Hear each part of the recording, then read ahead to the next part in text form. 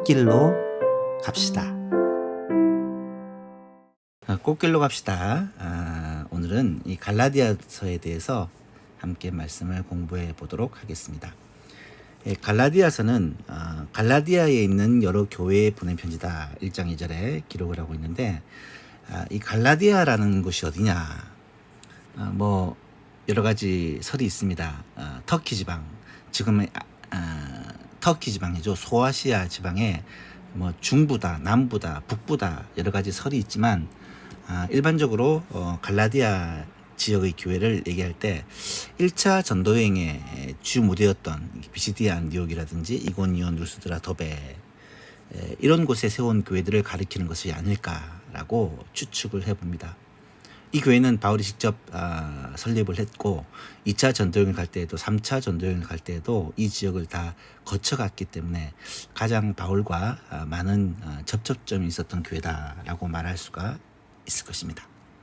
그래서 그 갈라디아 지방에 있는 교회들을 가리키는 것이다 라고 보는 것이 자연스럽습니다. 저자는 1장 1절에서 바울이 보냈다라고 기록하고 있고, 내용에 있어서도 바울의 특징을 너무 잘 드러내는 책이라서 아무도 바울의 저작권을 의심하는 사람은 없습니다. 기록 목적은 바울이 교회를 설립하고 잠시 사역을 하다가 떠났죠. 바울은 계속해서 새로운 지역을 개척하고 교회를 세웠으니까. 그때 이제 율법주의적 교사들, 뭐 헬라파라고 하죠. 헬라파라는 말은 쉽게 말해서 죄송합니다. 헬라파가 아니고 할례를 받아야 구원을 얻는다라고 주장하는 그런 유대주의적 기독교인들이 있었습니다. 그래서 할례를 받고 율법을 행해야지만 구원을 받는다. 예수님을 믿는 것만으로는 안 된다라고 주장하는 그런 사람들이 많이 있었다는 거예요. 그래서 그런 교사들이 들어와서 믿음으로 얻는 구원, 이신칭의 이 복음을 흔들고 이의를 제기하면서 복음의 진리를 혼란하게 만들었던 것 같습니다. 그래서 바울은 이에 대해서 아주 강력하게 이건 다른 복음이다. 누구든지 다른 복음을, 심지어 천사가 와서 다른 복음을 전하면 저주를 받는다고 이야기할 정도로 이 다른 복음을 경계하면서 믿음으로 말미암아 얻는 의, 이신칭의 교리에 대해서 갈라디아서는 매우 강조를 하고, 그리고 나서 율법으로부터 자유를 얻는, 이것은 성령으로 말미암아 율법으로부터 자유를 얻는 이 교리에 대해서 굉장히 강조를 합니다. 그래서 이 갈라디아서에서의 주제를 얘기할 때 물론 이신칭의도 중요한 주제겠지만 율법으로부터는 자유, 5장과 6장의 주 내용이죠. 이 내용들을 쭉 보면서 우리가 로마서 8장에서도 이 부분을 많이 강조했죠. 그죠? 연결되는 내용입니다. 그래서 율법으로부터는 자유에 대해서 강조한 서신이다라고 말할 수가 있겠습니다. 구절을 보시면 뭐 선 있죠.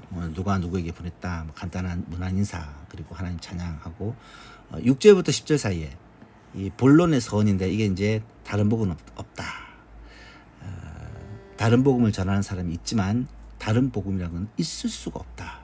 예수 그리스도의 십자가와 부활과 그를 믿음으로 말미암아 얻는 구원, 이 복음 외에는 다른 복음이 있을 수가 없다라는 것을 강조하면서 강하게 주장하면서 시작을 합니다. 그리고 복음은 사람의 복음이 아니다. 사람이 만들어낸 복음이 아니다. 하나님의 복음이다 라는 사실을 이 편지 앞부분에 매우 강조를 합니다. 바울 자신도 하나님으로부터 이 복음을 받았고 예수 그리스도를 통하여 계시로 보여주셨고 십자가 부활로 말미암아 구약의 말씀을 성취하심으로 이것은 하나님께서 이 구원의 역사의 모든 것들을 이루시고 이것을 예수 그리스도를 통하여 완성하신 것인데, 이것은 절대로 더하거나 첨가되거나 바뀔 수가 없는 것이다. 그리고 이제 3장과 4장에서는 이제 본격적으로 이신칭의에 대한 논의를 신학적, 성경적으로 풀어가면서 설명을 하고요. 논증입니다. 이게 이제 설득을 하는 거예요. 그리고 5장 6장에서는 성령을 통한 새로운 삶에 대한 권면을, 이걸 이제 논증을 한다면 5장 6장은 권면을 앞에를 이제 신학적 교리적인 내용이라면 이것은 이제 삶에 대한 권면이다라고 말할 수가 있겠습니다. 자, 갈라디아서 내용을 장별로 좀 간단하게 정리를 해보면 1장에서는 인사, 그리고 다른 복음은 있을 수 없다 말씀드렸죠. 다른 복음은 절대 없다. 너희를 혼미케 하는 것이다. 사탄이 이 복음을 가지고 장난치는 것이다.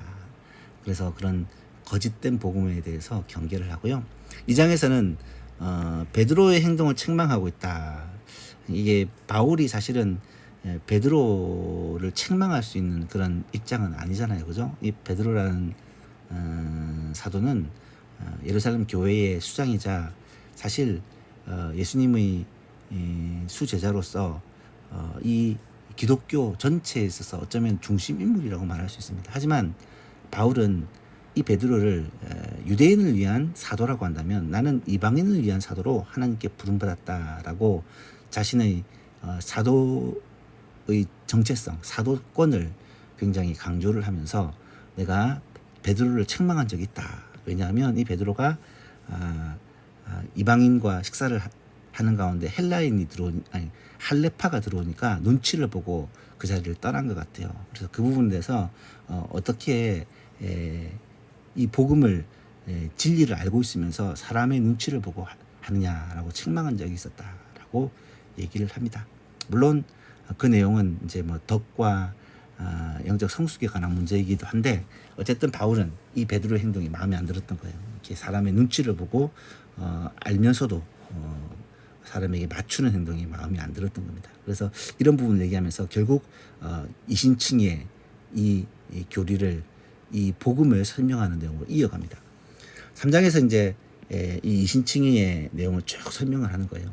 왜 믿음으로 구원을 받느냐? 율법은 뭐냐? 율법은 이 내가 죄인이라는 것을 깨닫게 하는 그래서 예수님을 믿어야 된다는 사실을 우리에게 가르쳐주는 그런 가이드다라는 것을 강조를 하고요. 4장에서는 하나님의 아들과 상속자로 사는 방식에 대해서 얘기를 한다. 이 4장에서는 이제 우리가 누구냐? 상속자라는 것은 사실은 이제 유대인들은 자신이 아브라함의 자손이라는 것에 굉장히 자부심을 가지고 있는데 바울 사도는 모든 그리스도인은 영적으로 아브라함의 자손이다.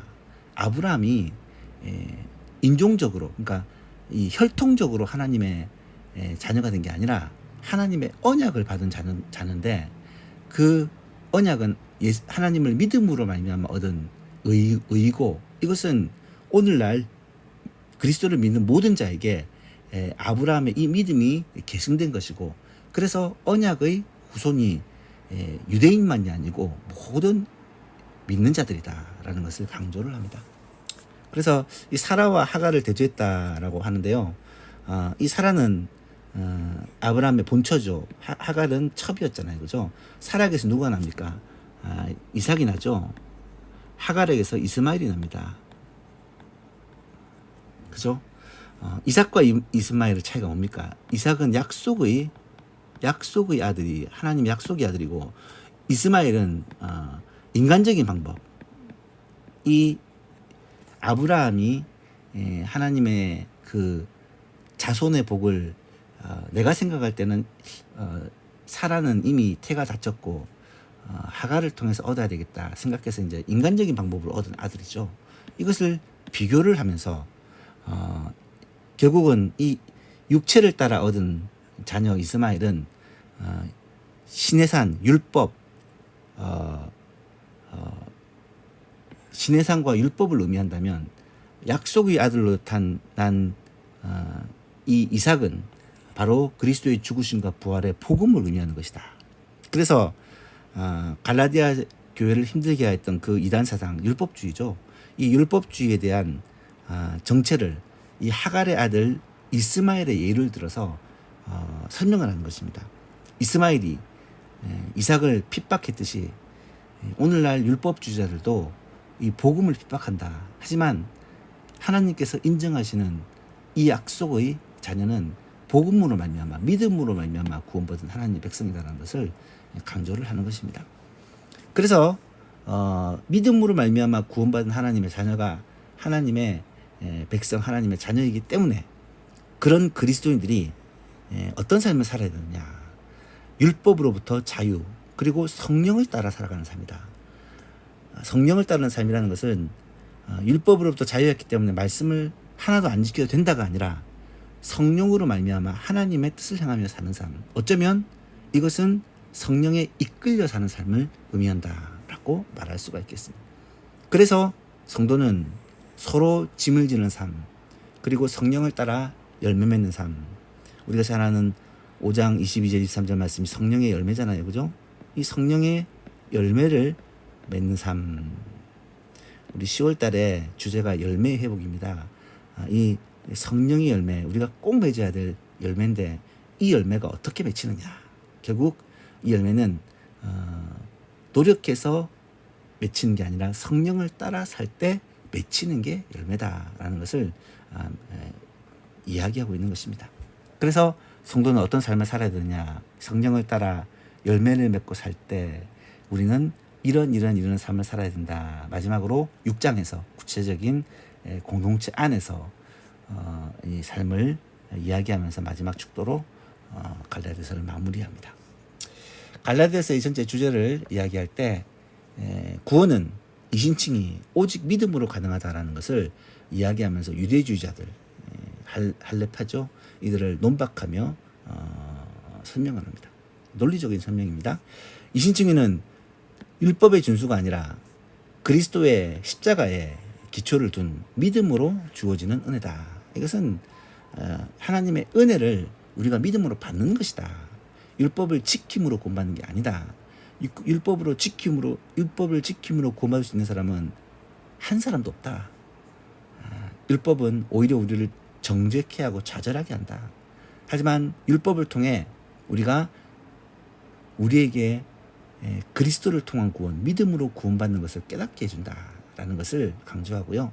그래서 모세율법에서 해방된 그리스도인들이 자유를 누리는데 이 자유는 내 마음대로 하는 방종이 아니라 성도 안에서 역사하시는 성령님의 그 이끄심, 인도하심, 역사로 말미암아 살아가는 것이 성도의 자유다.